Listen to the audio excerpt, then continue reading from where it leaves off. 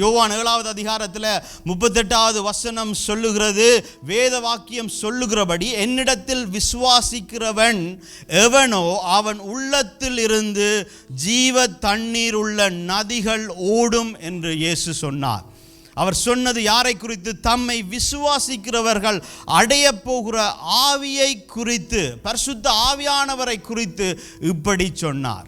அப்போ எங்களுக்குள்ளே இருந்து புறப்பட்டு போகின்ற இந்த ஜீவ நதியானது நாங்கள் செல்லுகிற இடங்களில் எல்லாம் ஆரோக்கியத்தையும் சுகத்தையும் செழிப்பையும் கொடுக்கக்கூடியதாக இருக்கின்றது.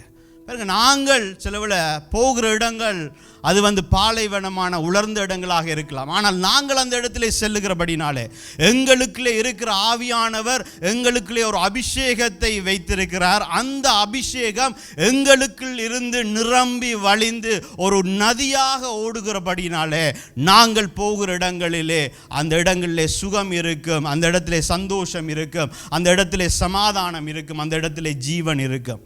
இதை நாங்கள் விசுவாசிக்க வேண்டியவர்களாக இருக்கின்றோம். ஏனென்றால் ஆவியானவரோடு அந்த ஐக்கியம்தான் எங்களுக்குள்ளே அந்த புறப்படுகின்ற அந்த நிரம்பி வழிகின்ற அந்த அபிஷேகத்தை கொடுக்கின்றது.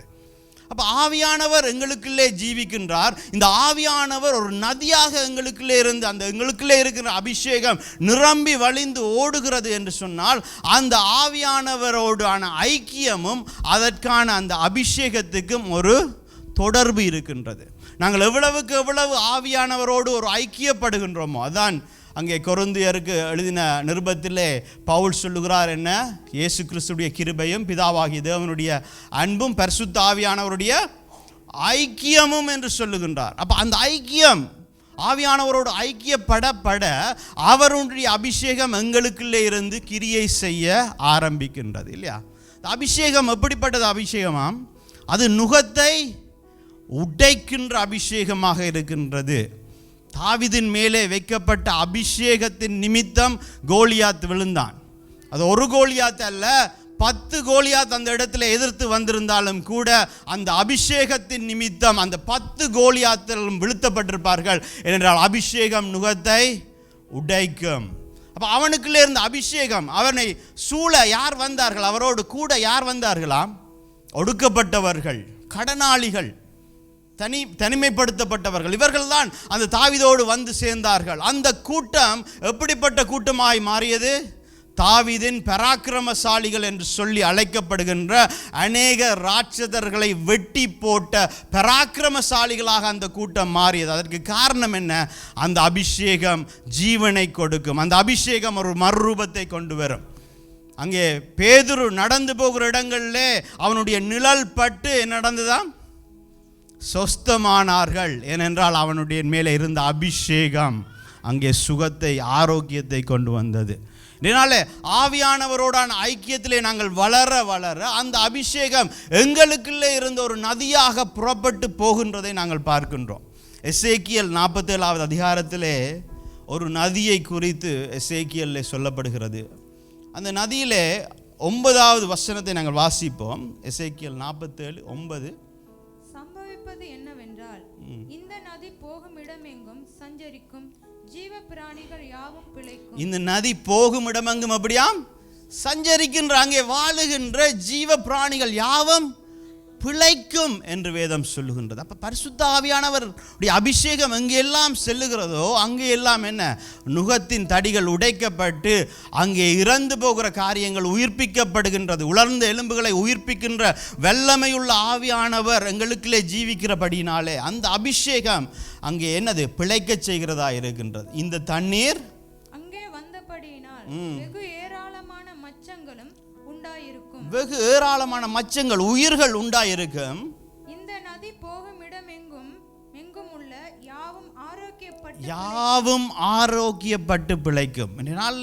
ஏன் இது காரியம் முக்கியம் என்று சொன்னால், இந்த உலகத்தை பார்த்து, இந்த உலகத்தின் சூழ்நிலைகளை பார்த்து, நாங்கள் செல்லுகிற இடங்களை பார்த்து நாங்கள் பயப்பட தேவையில்லை.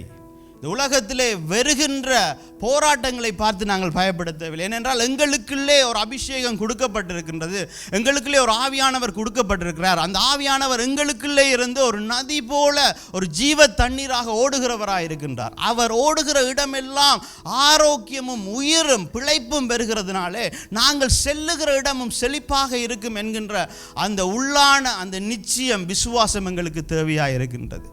அப்பொழுது என்கேது துவங்கி எனக்லாய் மட்டும் மீன் பிடிக்கிறவர்கள் அதன் கரையிலே நிற்பார்கள். அதெல்லாம் வலைகளை விரிக்கிற ஸ்தலமாயிருக்கும். அதன் மச்சங்கள் பெரிய சமுத்திரத்தின் மச்சங்களைப் போல பல ஜாதியும் மகா ஏராளமாயிருக்கும். இங்கே அநேக அங்கே வலைகளை விரித்து போட்டு என்ன செய்வார்களாம், அங்கே மீன்களை பிடிப்பதற்காக இருப்பார்கள். ஏனென்றால் இன்றைய நாள் ஆண்டவருடைய வார்த்தை சொல்லுகிறது, நாங்கள் 30, 60, 100 கனி கொடுக்கிறவர்களாக இருப்போம் என்று சொல்லி. இந்த கனி கொடுக்கிற வாழ்க்கை, இந்த அபிஷேகத்தின் வாழ்க்கை, இன்றைய நாளில் நாங்கள் செல்லுகிற இடமெல்லாம் செழிப்படைய செய்கின்ற இந்த வாழ்க்கை எங்கிருந்து வருகின்றது? எங்களிலே இருந்து வருகிறது இல்லை, எங்களுக்குள்ளே இருந்து செயல்படுகிற ஆவியானவரில் இருந்து தான் வருகிறது. எங்களுடைய பலம் அல்ல, எங்களுடைய ஞானம் அல்ல, தேவ ஆவியிலே நாங்கள் சார்ந்து அவரோடான ஐக்கியத்திலே நாங்கள் வாழ பழகும் பொழுது அந்த நதி எங்களுக்குள்ளே இருந்து எண்ணம் நிரம்பி நிரம்பி நிரம்பி வழிந்து ஓடுகிறதா இருக்கின்றது. ஆவியானவரோடான அந்த ஐக்கியம் யாருக்கு தரப்பட்டிருக்கின்றது? இதனால யார் யாரெல்லாம் கிறிஸ்துவை இரட்சகராகவும் ஆண்டவராகவும் ஏற்றுக்கொண்டிருக்கிறோமோ அவர்களுக்கு கொடுக்கப்பட்டவர் தான் ஆவியானவர். அந்த ஆவியானவர் எங்களுக்குள்ளே இருக்கின்றார். அவரோடான ஒரு ஐக்கியம், அவரோடான ஒரு உறவின் ஆரம்பம் எங்களுக்கு தேவை. ஏனென்றால் எல்லா ஐக்கியங்களுக்கும் ஒரு ஆரம்பம் தேவை. எப்படி ஒரு நதிக்கு ஒரு ஆரம்பம் இருந்ததோ அதே போல இந்த அபிஷேகம் எங்களுக்குள்ளே தரப்பட்டிருக்கிற இந்த அபிஷேகம், எங்களுக்குள்ளே தரப்பட்டிருந்த அபிஷேகம் எப்படி செயல்படுகிறது? அந்த ஆவியானவரோடான ஐக்கியத்தில் தான் அது செயல்பட தொடங்குகின்றது. அதற்கும் ஒரு ஆரம்பம் உண்டு. பாருங்க, இந்த ஆற்றை பார்த்தோம்னு சொன்னால் இது போகிற இடமெல்லாம் பிழைக்கும், அங்கே ஆரோக்கியம் உண்டாகும், அநேக உயிர்கள் மச்சங்கள் உண்டாயிருக்கும், அங்கே எல்லாருமே அங்கே விலையை விரிச்சிட்டு மீனை பிடிக்கிறதுக்கு நிற்பாங்கன்னு எல்லாம் போட்டிருக்கு இல்லையா? ஆனால் இந்த பெரிய நதிக்கு ஒரு ஆரம்பம் இருக்கத்தானே வேணும் இல்லையா? அந்த ஆரம்பம் எங்கே என்று நாங்கள் பார்த்தோம்னு சொன்னால் எசேக்கியேலில் 47வது அதிகாரத்தில் 1வது வசனத்திலிருந்து இந்த ஆரம்பமாகிறது. அந்த காரியத்தை நாங்கள் பார்த்து வாசிப்போம். எசேக்கியேல் 47வது அதிகாரத்தில் 1வது வசனம். பின்பு அவர் என்னை ஆலயத்தின் வாசலுக்கு திரும்பி வர பண்ணினார். இதோ வாசற்படியில் கீழிருந்து தண்ணீர் புறப்பட்டு கிழக்கே ஓடுகிறதா இருந்தது. ஆலயத்தின் முகப்பு கிழக்கை நோக்கி இருந்தது. அந்த தண்ணீர் ஆலயத்தின் வலதுபுறமாய் பலிபீடத்திற்கு தெற்கே பாய்ந்தது. அப்ப இந்த ஊற்று, இந்த தண்ணீருடைய ஊற்று எங்கே இருந்து ஆரம்பமாகின்றதாம்? ஆலயத்தில் இருந்து ஆரம்பமாகின்றது. ஆலயம் என்பது தேவன் வசிக்கின்ற இடம். இப்போ ஆலயம் என்று நாங்கள் சொல்லும் பொழுது தேவனுடைய பிரசன்னம் இருக்கிற இடத்தில் இருந்துதான் இந்த ஐக்கியம், இந்த நதி, இந்த ஜீவனை கொடுக்கின்ற, ஆரோக்கியத்தை கொடுக்கின்ற, செழிப்பை கொடுக்கின்ற, அபிஷேகத்தை கொடுக்கின்ற நதி ஆரம்பமாகின்றது. அப்போ எங்களுடைய வாழ்க்கையிலையும் பரிசுத்த ஆவியானவரோட ஐக்கியம் எங்கிருந்து ஆரம்பிக்கிறது என்று சொன்னால் அது தேவனுடைய பிரசன்னத்தில் இருந்து தான் ஆரம்பிக்கின்றது.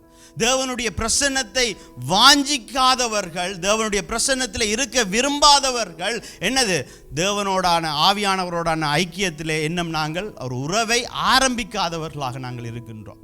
அப்போ முதலாவது இந்த ஆவியானவருடைய ஐக்கியத்துக்கான ஆரம்பம் எங்கே என்று பார்த்தோம்னு சொன்னால் அது தேவ பிரசன்னமாக இருக்கின்றது. உமது மதகுகளிலே இறைச்சலான ஆழத்தை ஆழம் கூப்பிடுகிறது என்று சங்கீதக்காரன் சொல்லுகிறான். என்ன? ஆழத்தை ஆழம் கூப்பிடுகிறது என்று சங்கீதக்காரன் சொல்லுகிறான். அது என்னது? ஆழத்தை ஆழம் கூப்பிடுகின்றது. பாருங்க, ஒரு ஆழத்தை அறிய வேண்டும் என்று சொன்னால் அதை ஆழத்தினால தான் அறிந்து கொள்ள முடியுமா?